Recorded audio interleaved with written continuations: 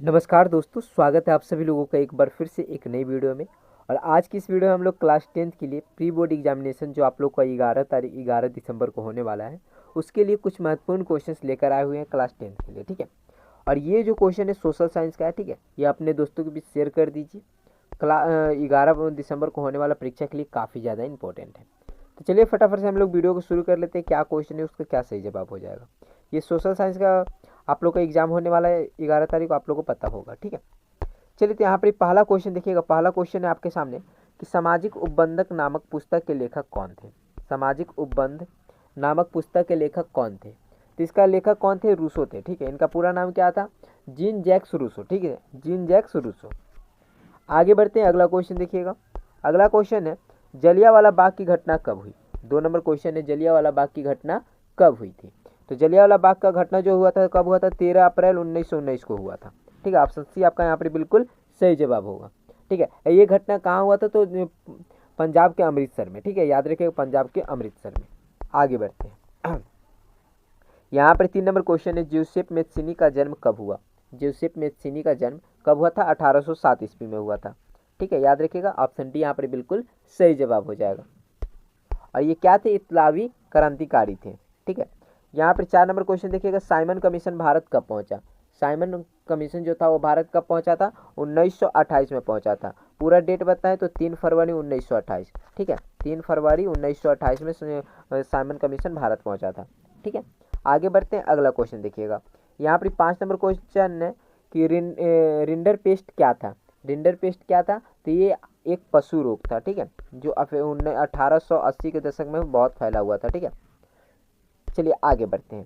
अगला क्वेश्चन है हमारे पास 6 नंबर, प्रथम विश्व युद्ध कब हुआ। तो प्रथम विश्व युद्ध जो हुआ था वो आपका हुआ था 1914 से 1918 ईस्वी में। 1914 से 1918 के बीच। ठीक है, अगर डेट बताया जाए तो 28 जुलाई 1914 से शुरू हुआ था और 28 जुलाई 1914 से शुरू हुआ था और 11 नवंबर 1918 तक चला था। ठीक है, आगे बढ़ते हैं। अगला क्वेश्चन हमारे पास है, निम्न में से कौन सी एजेंसी सार्वजनिक क्षेत्र में स्टील को बाजार में उपलब्ध कराती है। तो इसका सही जवाब क्या हो जाएगा, सेल। ठीक है, सेल जो है एक एजेंसी है जो सार्वजनिक क्षेत्र में स्टील को बाजार में उपलब्ध कराती है। आगे बढ़ते हैं, और ये सब जैसे हेल हो गया, टाटा स्टील हो गया, MNCC हो गया, ये सब सार्वजनिक नहीं है, ये सब निजी क्षेत्र की कंपनियां हैं। ठीक है, चलिए आगे बढ़ते हैं। यहाँ पर देखिए 8 नंबर क्वेश्चन है, भारत का सबसे लंबा राष्ट्रीय राजमार्ग इनमें से कौन है। तो भारत का जो सबसे लंबा राष्ट्रीय राजमार्ग है इसमें इनमें से कौन है, तो इनमें से कौन हो जाएगा, 7 हो जाएगा। ठीक है, NH7 सबसे लंबा राष्ट्रीय मार्ग है। ठीक है, लेकिन अब इसका नाम क्या है, भारत का सबसे लंबा हाईवे कौन सा है, NH44। लेकिन इसी को हम लोग पहले, इसी को जो क्या करता है, उत्तर भारत से दक्षिण भारत को कवर करता है, और इस हाईवे को पहले NH7 के रूप में जाना जाता था। ठीक है, अगर ऑप्शन में मान लीजिए 7 ना देकर आपको NH44 दिया गया तो NH44 पे आप टिक कीजिएगा। ठीक है, आगे बढ़ते हैं। अगर इसका कुल लंबाई के बारे में बात करें तो इसका कुल लंबाई है 3745 किलोमीटर। याद रखिएगा, जो कि श्रीनगर से शुरू होकर कन्याकुमारी तक जाता है। जो श्रीनगर से शुरू होकर कन्याकुमारी तक जाता है। ठीक है, आगे बढ़ते हैं। यहाँ पर 9 नंबर क्वेश्चन देखिएगा, इनमें से कौन सी रबी फसल है। इनमें से कौन सी रबी फसल है, चावल, मोटे अनाज, चना या कपास। इसका आंसर आप लोग कमेंट करके बताइए, इनमें से कौन रबी फसल है, चावल, मोटे अनाज, चना या कपास। सही जवाब क्या होगा। ठीक है, चलिए यहाँ पर 10 नंबर क्वेश्चन देखिएगा, नवीकरणीय युग संसाधन का एक उदाहरण है। नवीकरणीय युग संसाधन, चलिए नवीकरणीय युग संसाधन होता क्या है, नवीकरणीय जिसको हम लोग क्या करते हैं, पुनः प्राप्त कर सकते हैं। ठीक है, तो नवीकरणीय युग संसाधन इनमें से कौन है, तो सौर ऊर्जा। सौर ऊर्जा जो है नवीकरणीय संसाधन है। और अनवीकरणीय संसाधन जिसका उपयोग करने के बाद समाप्त हो जाता है या उसको पुनः प्राप्त करने बहुत ज़्यादा समय लग जाता है। ठीक है, तो यहाँ पर आपका ऑप्शन ए बिल्कुल सही जवाब हो जाएगा। आगे बढ़ते हैं। यहाँ देखिए 11 नंबर क्वेश्चन है, झारखंड राज्य का गठन कब हुआ।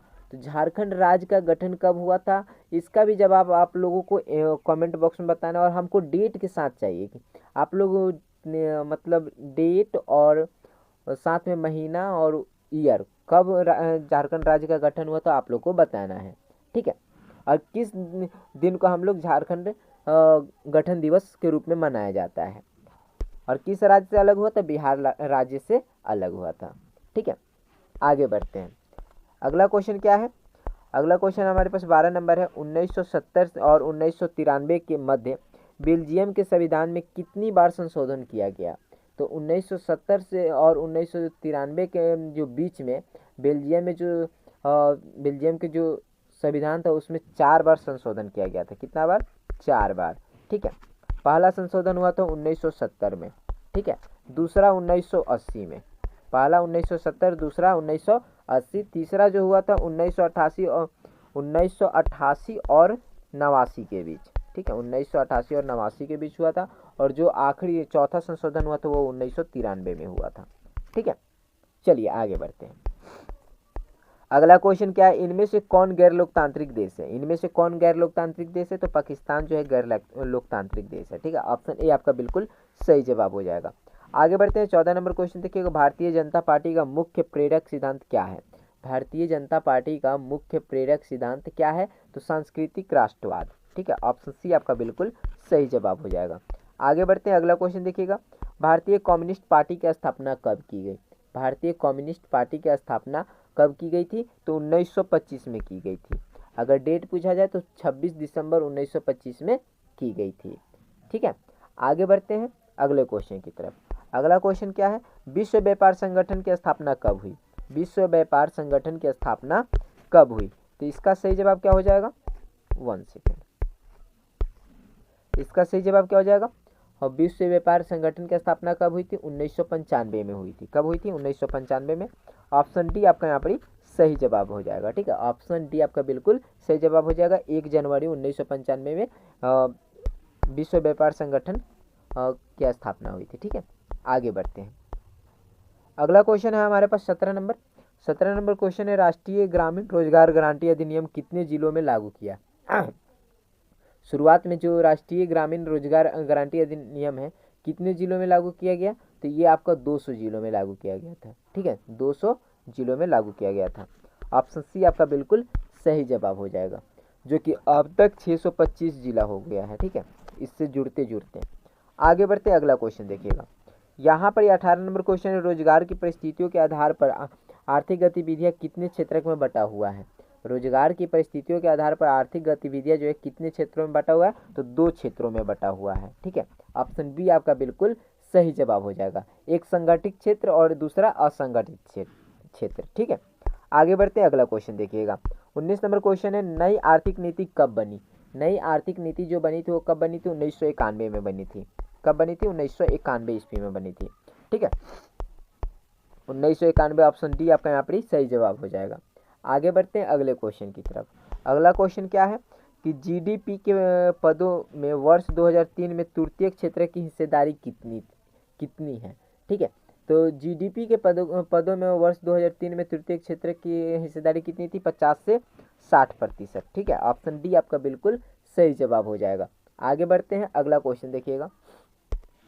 जबकि इसी का हिस्सेदारी का बात करें तो 1973 में पूछ दे, 1973 में जीडीपी का हिस्सेदारी कितना था? तो 35% था। ठीक है, 35% लगभग। ठीक है, आगे बढ़ते हैं। अगला क्वेश्चन क्या है? 21 नंबर क्वेश्चन है। यंग इटली सोसाइटी की स्थापना किसने की थी? यंग इटली सोसाइटी की स्थापना किसने की थी? तो मेजीनी ने की थी। ठीक है, मेजीनी, जोसेफ मेजीनी। ठीक है, कब की थी? तो 1831 में। आगे बढ़ते हैं। अगला क्वेश्चन देखिएगा।